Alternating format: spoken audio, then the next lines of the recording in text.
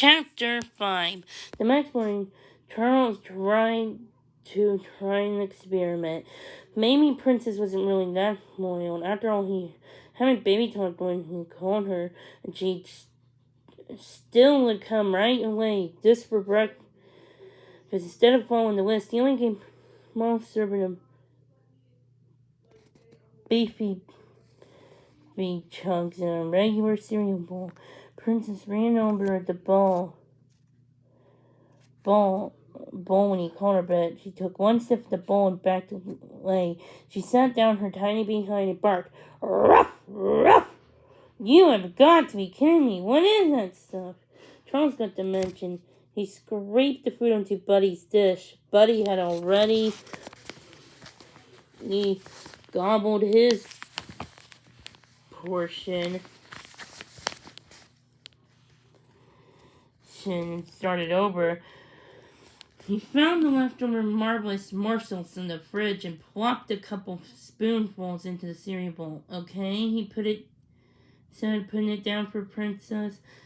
The tiny puppy tiptoed over to take another sniff. She backed off again and barked some more. "Ruff, ruff, ruff! I don't think so. It's cold, it's lumpy, and it's in the wrong dish." Charles picked up the bowl and scraped it in the Princess' pink flowered bowl. He placed it into the microwave for 7 seconds on medium, took it out, mashed the food carefully with a fork, and put it on the pink flowered palace mat. This time, Princess ate every last bite. By the time Aunt Amanda came to pick him up for their reading with Rover session, Charles had to admit he was feeling just a bit overwhelmed by all the work that needed to take care of Princess. "Take care of?" Amanda asked as she drove to the library in her van. Bowser, the golden retriever, was sitting in the way back. More like spoiled. "That dog is spoiled. No two ways about it. Angela babied her, and now that's what she's used to. It's gonna take a whole lot of work to change Princess into a dog somebody would want to adopt."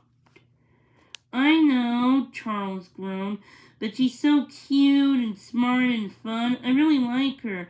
But who would want to take her the way she is now?" He groaned again. "Oh boy. I know Mom and the rest of the family wanted to put up her for very long."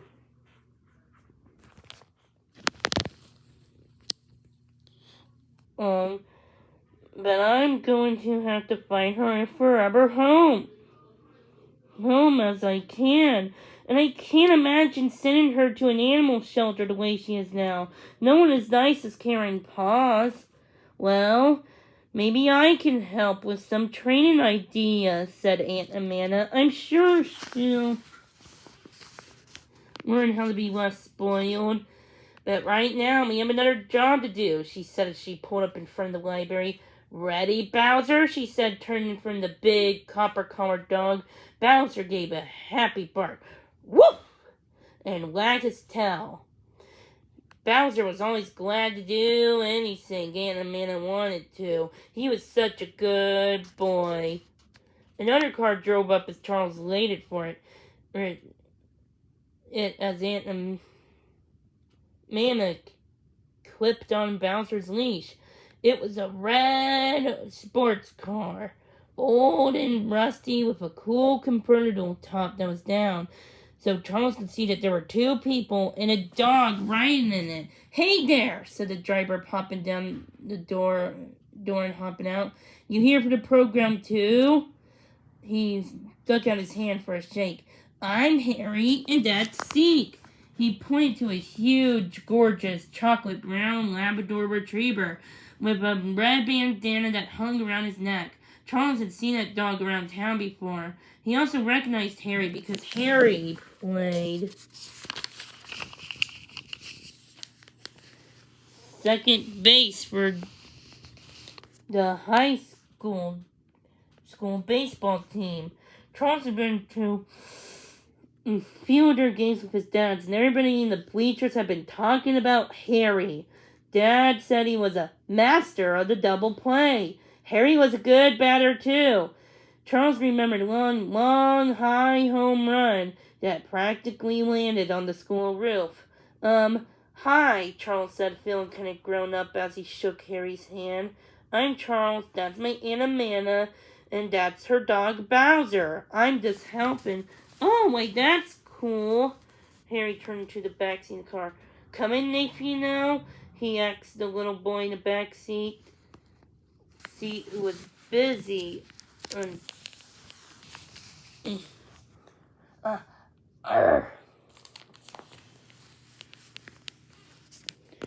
Unclipping his seatbelt. He didn't look up.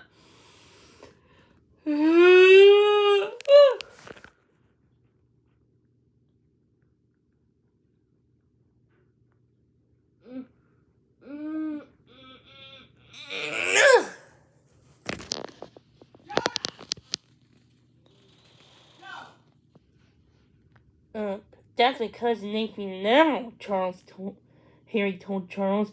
I tried to get him to read the Seek, but Nathaniel's kind of quiet, and Seek's energetic. We decided Nathaniel would come along with me and try out another dog. Bowser might be perfect, said Aunt Amanda. He's very mellow.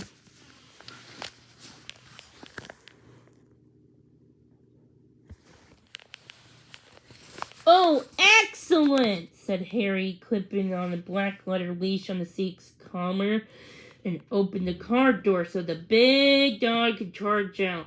Charles stepped back to give him room. Nathaniel climbed out the door and closed the door carefully, then stood close to Harry, looking down his own red sneakers. When Seek tried to give him a big, sloppy, puppy kiss, Nathaniel flinched and moved closer to Harry. Charles thought it was because of the way the bean used to hide behind Mom's legs when he was feeling inside. He almost expected Nathaniel to stick his thumb in his mouth like the bean used to do. But Nathaniel was not a baby. Charles thought he must at least be 5. That almost seemed old for thumb sucking. Well, let's go meet everybody, Harry said. He strode towards the library, Nathaniel trotting to keep up. Charles watched Seek amble along to Harry. Now that what was Lizzie was considered a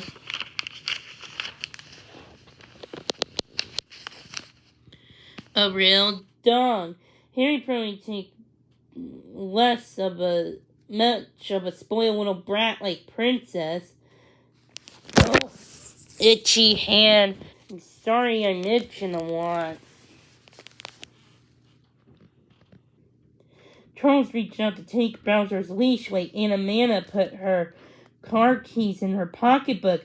It was funny to walk right to the library with a dog. Usually the dogs had to stay outside tied to a tree or a bike rack until their owners returned books.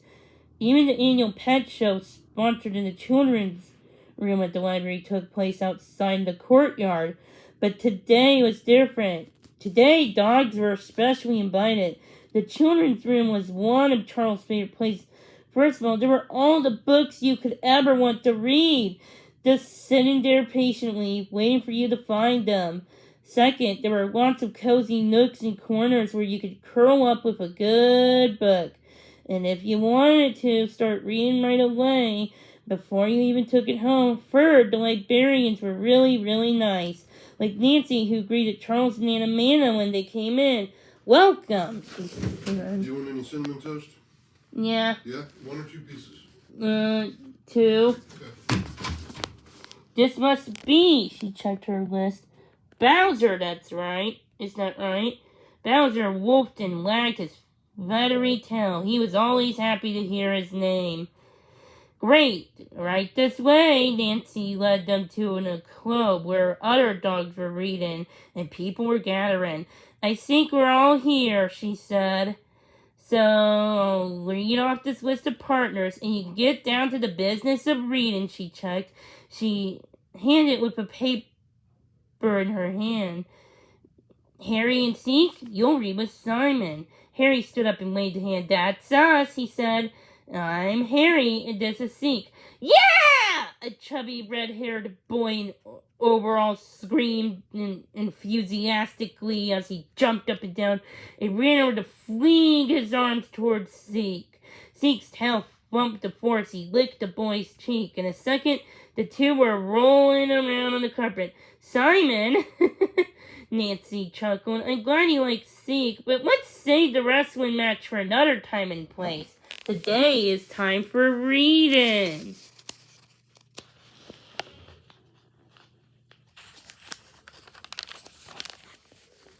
Charles and Amanda smiled at another. Zeke had found the perfect partner.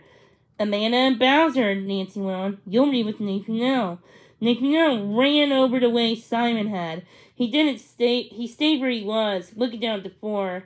He did manage a tiny smile, but when Charles brought Bowser over to meet him, Charles was pretty sure Nathaniel liked dogs.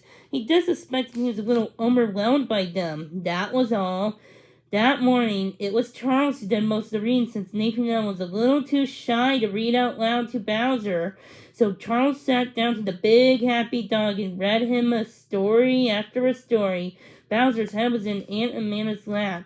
And Nathaniel sat by listening. Once in a while, Nathaniel would reach out and give Bowser a little pat on the head. I think Bowser liked Goodnight Gorilla. Well, the best, Nathaniel whispered in the session.